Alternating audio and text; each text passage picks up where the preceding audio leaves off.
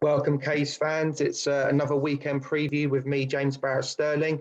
KTV brought to you by the good people at Bright Light Windows and Doors, of course. Back to winning ways. Last weekend, 4-1 against Merstham. Decent result. Fairly good performance. Means we just get out of the little blip that we suffered towards the end of last month. Now, the gaffer is stuck somewhere, perhaps in a galaxy far, far away. I'm not too sure. He was queuing for fuel at lunchtime. He might still be doing it now. So he's not going to be available today. But in his place, I'm very glad to say that we've got one of the stars of the first team. It's Jason Banton. Jason, thanks for joining us, mate. How you doing? No problem. I'm not too bad. How are you? Yeah, good, mate. I see either the gaffer's thrown you under the bus or you're really keen to do it. I'm not sure which one it was. We'll leave that in-house. Good stuff. Right, let's get right to it then. So back to winning ways last Saturday, as we said, against Merstham. How important was really any sort of a win to get over the recent blip? Was it decent? Yeah, no, it was. It was very important that we won the game to get back to winning ways. Obviously, it was tough to take going out the FA Cup, but if you had asked us before the game, would you rather win the FA Cup game and lose the league game? I think realistically, we would have taken the league win over the FA Cup. So yeah. All right. So that's where priorities are lying. Is that from your personal point of view, or is that running through the whole squad? I can't talk for the whole squad, but me personally, yeah, you got to be realistic of what's achievable, and I think the league is really achievable and realistic. So that's my personally main focus. So yeah. All right, fair play. Obviously, when you think about the results against Horsham, and we come up against teams that might be a little bit fearful of the fact that we've got so much attacking talent, how do you and your teammates kind of react on the pitch after, say, 10, 15 minutes when you know that the opposition are up for playing deep, sort of 9, 10 men behind the ball? What kind of goes through your mind? How do you kind of go about combating that? We just got to, adapt in game, just try playing our way, keep going, and eventually if the gaffer and Jamie or Kevin on the side see something, they'll, pass a message on and exploit the areas that we obviously originally wasn't. So we just keep playing our game and we don't really focus on opposition, like where we play against 4-4-2, 4-2-3-1, 3-5-2. The gaffer knows that we play our same way and eventually we should break down teams. Obviously, Horsham was difficult, even though we put ourselves in a predicament in the first game, but the second game was a bit difficult. But I think there was more than just the game plan that didn't come to fruition. I think it was just, personally, the pitch wasn't the best away at Horsham, so that kind of come into play. But overall, when we play against a team that wants to come in and sit back, we play our game and eventually we believe we can break anyone down. For you personally as well, it must be quite difficult because out of the attacking forwards that we've got, I would say that you're the one that kind of floats the most. If that makes sense. Yeah. So how do you go about kind of shaking off your marker and finding that little extra yard of space when you know that there's going to be 2 or 3 opposition players kind of on you?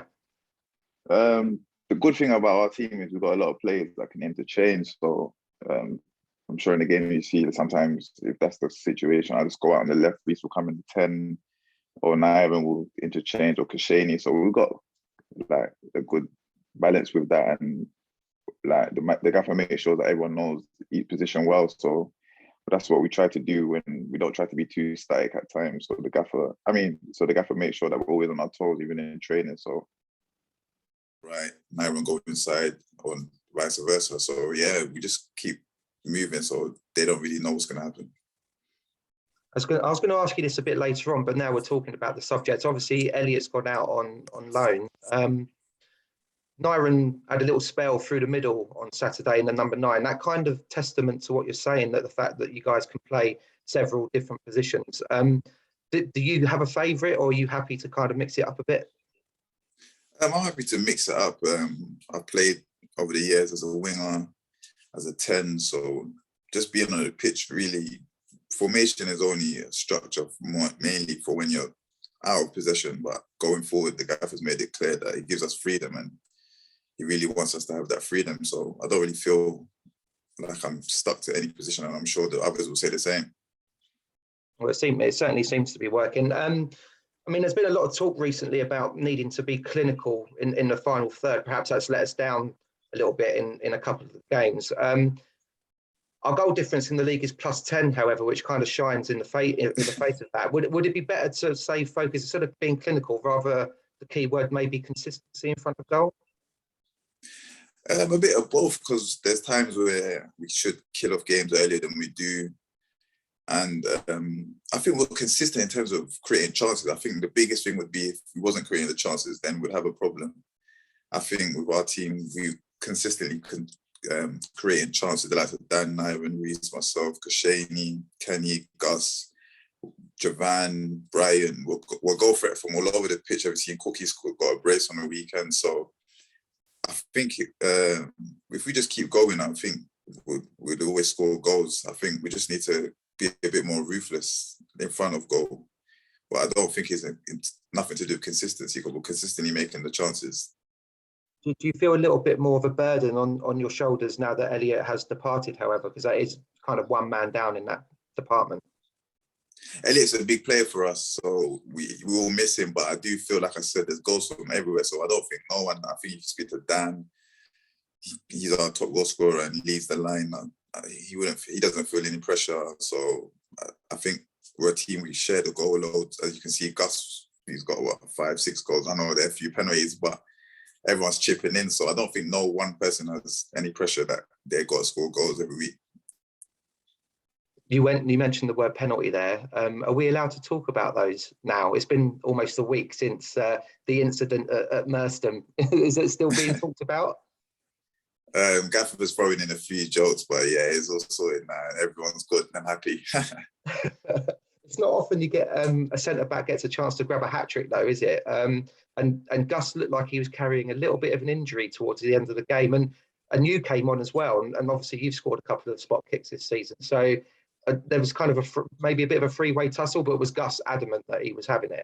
No, yeah, Gus is our penalty taker. There's no doubt about that. And I just think, yeah, it would have been good for Cookie to get the hat-trick. But again, you got to really look at the goal difference. Everything counts. And you'd rather, Gus has scored every single penalty he's taken, and he's done it convincingly. So we just got to get the goals and just tally them up. Cookie, I would have backed you, mate. Don't worry. I would have backed you. No, it's a fair point, though. I think I mentioned that to him, to Kenny in our post-match chat, actually, that the goal difference needs to keep ticking up. So it's a fair point. But let's turn our attentions to this weekend then. We've got an away trip to Potters Bar Town, who are 15th with 9 points. How have the coaching staff got you guys preparing for this one? Just the same, what we do every Tuesday, Thursday. But I think going to games like this is more just mentality. We just got to carry on. Just if we go into the mentality, the gaffer's been drumming in that we can get beat, then, we're more livelier than just thinking we're gonna go there and roll over teams. So the gaffer's, he's very strong on mentality and attitude and application. So that's where he's been drumming, because football, we're always gonna play well, and not play well, but always gonna try to play. And that's never gonna be a situation where the gaffer's gonna be thinking, oh, what's going on here? It's more application going into the game, thinking, look, if we don't play well, we can get beat. If we have that mentality, then we'll be all right. Yeah, I mean, their current form shows that they've got goals in them, so we'll need to be tight at the back. But conversely, they concede quite a few goals as well. So it's got a trademark Kingstonian 1-0 win, Gus from the spot all over it, if you ask me. We'll take that. If you give me that right now, I'll take that all day long. And just finally, Vance, on a personal level, how do you feel like you're sort of with a dozen games or so in now, aren't we? You've got 3 goals, you chipped in with some assists. How do you feel within yourself at the moment? Yeah, I feel good. Had a little break on the weekend because I played a lot of games. I think I played, the gaffer said to me, he played every single preseason game and every game up into the Merstham game. I just felt I just needed a little bit of a rest. And we've got the players, Aaron not started much, but whenever he comes on, he's always lively. Elliot before he went out. So with me taking a little, getting a little rest from the gaffer, Kashani, Nyron, fielding. And that's the good thing about our squad. Is a squad is not 11 players. It's a squad of 16, 17. Some players are out on loan that could easily come in and they'll fill a gap that and look like they've been there all season. So it's a squad. So personally, I feel everything's going well. I'm happy to chip in, but I just feel the main thing is that we're getting the results. Obviously, we've had a bad little FA Cup blip, but in the league, 6 wins out of 7. It's an amazing start, really.